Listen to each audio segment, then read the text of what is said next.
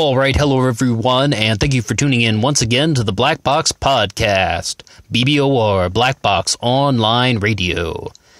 Now, this is the fifth segment that I've done on the murder of Billie Jo Jenkins from 1997, and I would like to thank anyone who has watched or listened to, rather, any of the segments that I have done already on Billie Jo. You know, it's a case that, I put a lot of thought into, and it's something that I've been sitting with for quite a while. So, I had the time to sort of go over the ideas. And then just a big thank you once again. I first heard of the murder of Billie Jo Jenkins right after, it was just after the end of April. And I watched the Trevor McDonald interview with Sean Jenkins, her foster father, prime suspect number one. And it's like, instantly, I just wanted to record a segment for this channel. I just wanted to be like, I had so much, to say after watching that one interview clip, because it's like, he has such bizarre behavior. He has such awkward mannerisms and a speech pattern. And you're like, it sounds like he's really, really trying to either deceive, to be deceptive, or to be manipulative, to try to get people in line with his sort of plan and his sort of thinking. So I'm kind of glad that I stuck with the choice to wait, and I was like, well, I really need to put some more thought into this, and I made some more uploads for this channel on various subjects, but I was like, this particular case, there was something that really stood out to me. And partially because we have the interview with Sean, and that's something that a lot of people can interpret. And it's like, it also goes to show you that physical evidence versus verbal evidence is quite different. And this is one case. After reviewing the information for several days, and we're talking, when I'm walking down the streets, I'm just thinking about the murder of Billie Jo Jenkins nonstop, like, what about this? What about that? I was like, well, I have three possibilities in front of me. One of them is that it was Sean Jenkins. One of them is that it was a mentally deranged man named Mr. B. And the third one that people are arguing is the M25 rapist. There is a fourth, but I'll get to that in a second. And all three of these leads I was equally divided upon. And I would say that there was something going on with the M25 rapist. There was a big problem with that because so much of that relies on a statement made by Billie Jo. Somebody has said that Billie Jo was talking to somebody, and they were, she made the comment that the M25, sorry, she didn't say the M25 rapist. Billie Jo made a comment that a man in a leather jacket was following her, or that a man in a leather jacket was watching the house, something to that effect. But one of the biggest things is, I don't believe we have it in writing. This was before text messages were popular. This was before email was really popular, 1997. So we don't have a direct statement from Billie Jo in hard copy. It's more just hearsay. So I really began to think, let's eliminate the M25 rapist. I mean, also, Billie Jo was not sexually assaulted that we know of.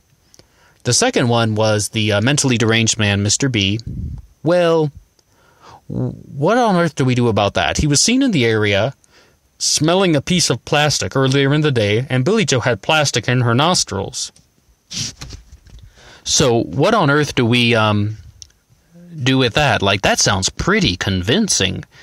I mean, that's almost like he left a signature, and people have done things like that in the past. However, what do we make of that?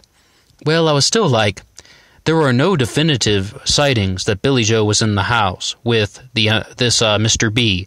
There's no way to place Mr. B directly in the house. I am fully aware that the murder happened when Billie Jo was home alone, but it's like, we just don't have the direct connection. So I'm like, taking away Mr. B. Now I also went to Sean Jenkins, Billie Jo's foster father.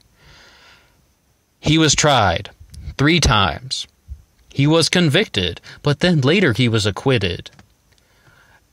I'll never forget what Robert Kardashian said of O.J. Simpson He said that the blood evidence is the greatest thorn in my side. The blood evidence is the greatest thorn in my side. Maybe I've missed a word there, but I believe that's his statement. And we got to look at the blood evidence in the case of Billie Jo. Sean Jenkins barely had any blood evidence on him, and they brought up a very plausible statement in the a newspaper called The Scotsman brought that up, or at very least the article is on the internet, and I posted that one on my last upload. They're just like, if he had committed the murder, there should have been more blood evidence on his clothes. The blood evidence is more consistent with Billie Jo exhaling a bloody mist into the air, and you couldn't even see a single one of the 158 microdroplets. Not one of them was visible to the human eye, and they were only on the front of his fleece. Even if he had cleaned up in this little 3-minute window, he would not have been able to get rid of the microdroplets that they found. But they're only on the front side. If he had been raising a metal spike in the air to strike Billie Jo in the head, they would have also been on his backside, because they would have transferred that way. You know, if there had been blood on the spike, and it had gone upward, it would have transferred to the back of his shirt or fleece, whatever he was wearing. I think that's something really, really serious to look at, and I think that's one of the big reasons why a lot of people were for the Justice for Sean Jenkins movement. Now, one of the other suspects that comes into play is a completely unidentified person. And that person is someone that Sean saw in the hallway. If I do understand this is when the police arrived. There was just a plainclothes man that kind of came into the house for a second as the authorities were arriving, and he was dressed just in a suit. And Sean assumed that it was a plainclothes officer, because I guess there were other police and paramedics and a lot of people in the area. However, I am not really too sure on all the specifics of that. That's another big reason why, just sort of going through the cases step by step, you just learn these new layers, and you learn all these new things. So when you first hear something about a case, you just want to your mind can explode, and you have so much to say, but you just have to keep digging deeper and deeper, and you unearth new things. And this is all, of course, in the print media. It's just a question of finding it. And then we have some other things going on with some of the stories about Sean, that he was very physically abusive, that he struck his wife in the head and perforated her eardrum. That article I mentioned from The Scotsman says that is not quite the case, but, that's almost fantastical. It's like, it's almost just like, why on earth would, it's a very, very big stretch of the imagination to say that all of these allegations of physical abuse are not true. The mother and the daughters all support it. They all say that he was a very abusive person. That doesn't necessarily mean that he became a murderer. And it also doesn't necessarily mean, though, that he struck his wife in the head and perforated her eardrum. I'm almost kind of in shock that she would fabricate something like that, and that it would at least go to national television, and he's just like, no, my wife's eardrum was hurt in an ear infection. And it was Sean himself who actually had the perforated eardrum at the hospital. A lot of twists and turns in this case. Absolutely, there were a lot of twists and turns. Coming later on, coming down to a conclusion. Did Sean Jenkins commit this murder? Right now I'm about to say 90% no, 10% yes. I do think that there is a certain degree of possibility that he could have done it. However,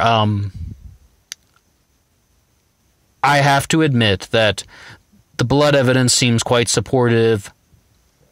The other things, such as his wife making up the story about the perforated eardrum, if she did indeed do that, I don't know. That's just a giant question mark now.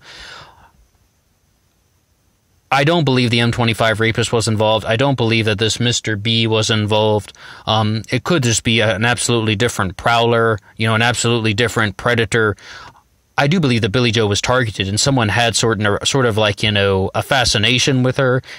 And is it possible that Billie Jo did see a man in a leather jacket following her? Maybe. All I said was, we don't seem to have the physical piece of paper where she would have written that down. She told somebody verbally, and of course Billie Jo isn't here to corroborate the story. That's all that would mean. Now, one of the other reasons why is Sean Jenkins innocent? Well, he would have had an enormously small time frame. 3 minutes? It's possible, but unlikely. Unlikely. And one of the big things about this case was the police never established a solid motive. And I remember thinking that from the beginning. I was just like, well, I think he's guilty, but why? Why would he do that? I mean, yes, this guy is weird, but he's also a father and a family man, and he hasn't really done anything to the level of murdering anyone that we know of. I mean, why would he just kill his foster daughter in this little 3-minute window? They didn't really establish a motive. It's not like Billie Jo had stolen money. It's not like Billie Jo was a giant expense on the family or something. No one ever established a reason why they would want Billie Jo dead, other than the possibility that Sean just got angry, or Billie Jo got some paint where she shouldn't have put it. All we can really say, though, is the motive was unclear. So we have no motive. We have only a 3-minute window where he could have done this. We have blood on the front of his fleece and on the corner of his trousers. Little micro droplets, 158 of them, also with some bone fragments, but nothing is on the backside of his body. That's 90% telling me that Sean Jenkins did not commit this murder. And he might be strange, but one of the big reasons that I think that is associated with his behavior on Trevor McDonald is, if we look at this, and if Sean is indeed innocent, maybe that is just him trying to be persuasive, and also maybe he's excited, trying to really just show off some excitement for his innocence. It's like he really would, go along with what Trevor would say. Yes, exactly. And then he would say, if I had wanted to do it, I would have done it this way. Maybe he's just showing some enthusiasm for his own innocence and his own acquittal. I don't rule out the possibility that Sean Jenkins is the murderer. I'm really very uncertain about this man wearing a suit in this hallway, who very well could be the real killer. I think it's like Billie Jo was targeted by somebody, we can say that much, who, if you want to call this person a prowler, that's really starting to sound more likely. If I see some more substantial evidence that Sean Jenkins was the murderer, I would say, yep, all right. I wouldn't be surprised for a second. But until then, I'm almost leaning toward he's innocent. 90% yes, 10% no. Thank you once again to anyone who's heard any of these segments that I did on the murder of Billie Jo Jenkins. This will probably be the last one that I do for a little while, unless there are any sort of major developments in the story. Well, thank you so much for listening, and until next time.